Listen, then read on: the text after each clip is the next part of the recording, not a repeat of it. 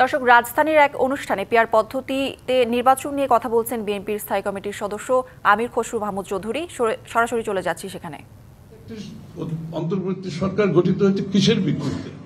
Current কোন সংবিধানের ভিত্তিতে হয়েছে? তো বর্তমান সংবিধানের ভিত্তিতে এই সরকার চলছে এখন।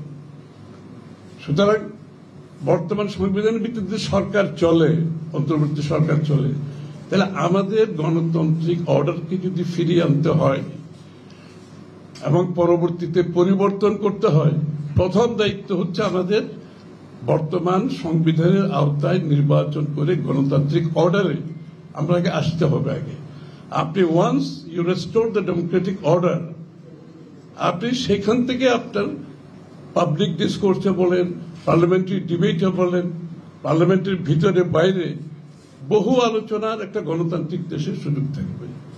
কিন্তু আপনি গণতান্ত্রিক, এখন তো আমরা কোন গণতান্ত্রিক অর্ডারের মধ্যে নাই। কিন্তু 14 মাস ধরে একটা সরকার আছে, যে সরকারটা কিন্তু কোন রিপ্রেজেন্টেটিভ ক্যারেক্টার নেই, জনগণের নির্বাচিত কোন সরকার না। তা আমি তো আগে আমার নির্বাচিত একটি সংসদ সরকার গঠন করতে হবে, ডেমোক্রেটিক অর্ডার দেশে ফিরিয়ে আনতে হবে। তারপর থেকে প্রত্যেকটি দলের অধিকার আছে তাদের বিষয়গুলো জনমত সৃষ্টি করার, জনগণের কাছে যাওয়ার, ম্যান্ডেট নেওয়ার। এবং এইটা democracy is a correction process, democracy is a filtration process. আপনাকে তো এটা তো বিশ্বাস করতে হবে।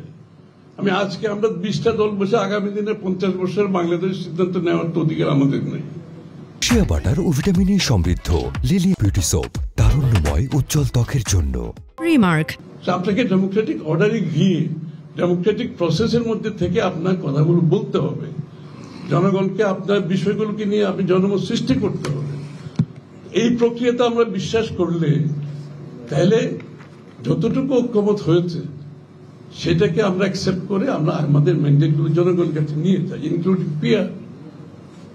আমরা কিন্তু কোনো কিছু রুল আউট করার পক্ষপাতী না, এটা আপার হাউস ও লোয়ার হাউস। আমরা তো এই মুহূর্তে সিদ্ধান্ত দিতে পারবো না যে লোয়ার হাউসে হবে কিংবা আপার হাউসে হবে। সেটা আপনি নির্বাচিত হয়ে আপনার ম্যান্ডেট নিয়ে সংসদে আলোচনার মাধ্যমে সিদ্ধান্ত নিতে হবে।